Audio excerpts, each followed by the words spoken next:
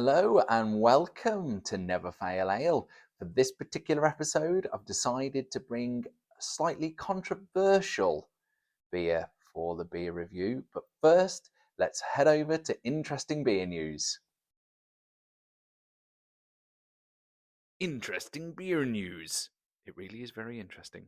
Terms and conditions apply. Visit a website that doesn't exist for more details. Hello!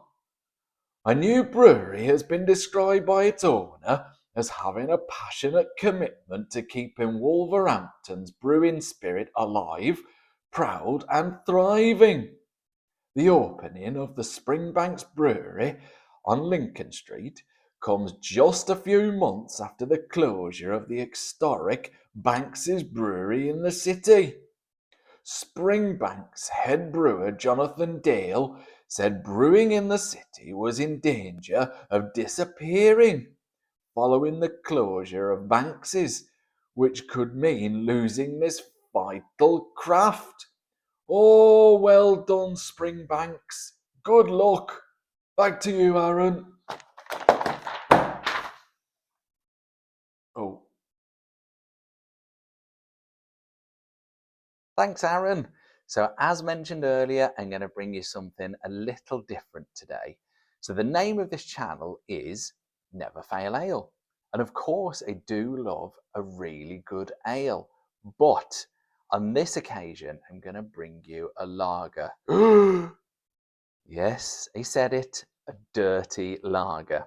Now, there is method in the madness. So, I've just come back from Berlin couple of days ago, and of course, with it being Germany, it's very lager centric.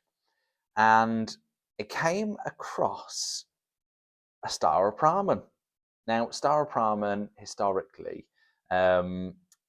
is, I personally believe, a cracking beer from Prague. So I love the city of Prague, and there's no getting away from the fact that when you're in Prague, a good pint of Staropramen is actually really, really refreshing. But what I've come across here is the Staropramen Unfiltered. And I'd never actually seen this before. And once again, as much as I do love a really good ale, I actually think there is a space for like an unusual lager. And with the fact that it's unfiltered as well, to me just means that it's a bit more organic, a little more fresh maybe. And it was just in an off license. So I do think there is space for this particular type of beer in this current market. Haters will hate, there's no two ways about it, and I get the controversy, but I still think we should give it a go.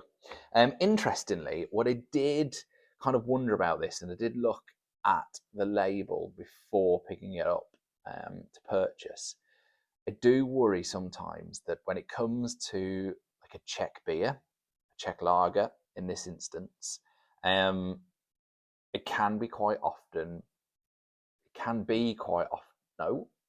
often be, I have no idea what I'm trying to say. It can often be brewed, that's better, it can often be brewed in England. And dare I say it, I actually think sometimes it can ruin a really good recipe. But on the back of here, it actually says that it's just imported and distributed by Molson Coors, which to me would suggest that it is still brewed in Prague.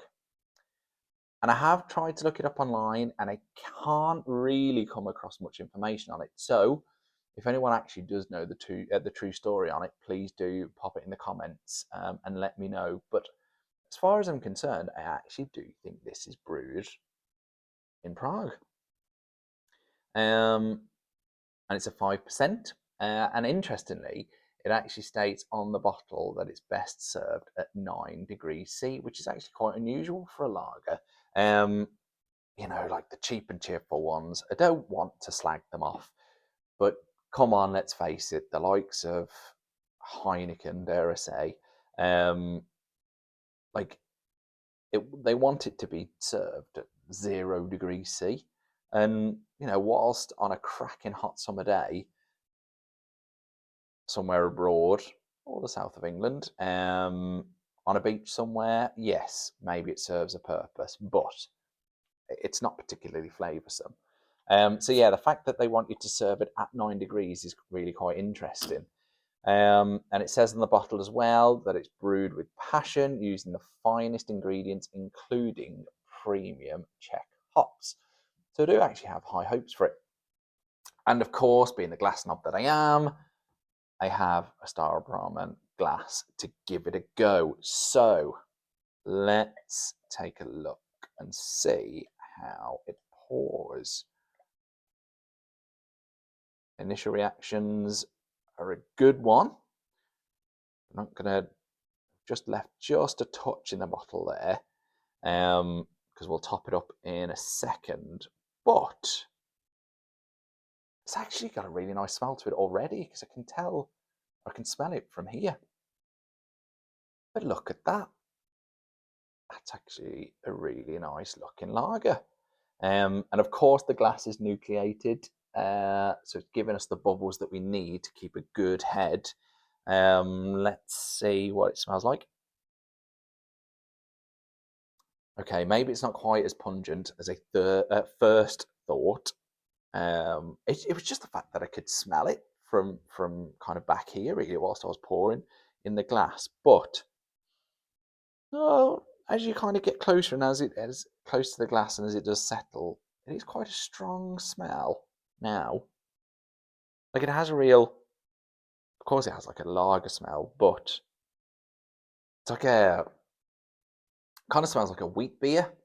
Is probably the best way to describe it. And it says on the glass here, and actually indeed on the bottle, that the two brewers, because they actually call this the Brewmaster Selection, and the brewery itself was started in 1869. So that's quite the feat. So let's give it a try.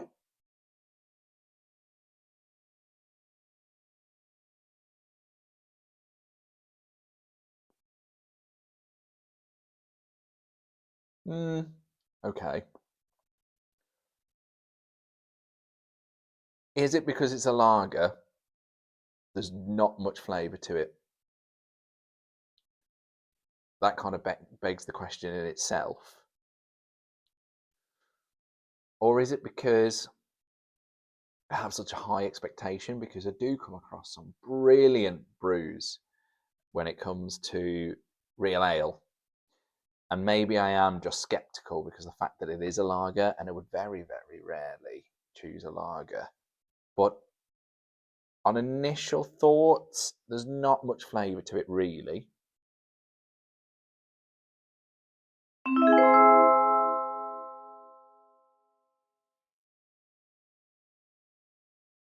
Yeah, it's refreshing enough, but would I choose it again? Not sure, if I'm being completely honest with you. So I just poured probably poured too much from the bottle because it's, especially with like an unfiltered lager, and a real ale, sediment sometimes stays at the bottom of the bottle, which is of course what it's supposed to do. But if you pour too much from the bottle, you can get a little bit of sediment. I don't know if you can see it. I'll try my best to show you. Maybe you can't.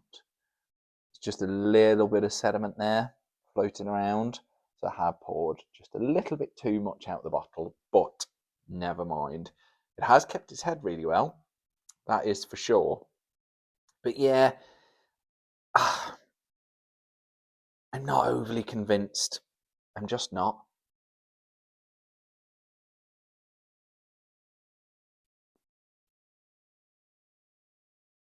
Like I say, yeah, it's all right.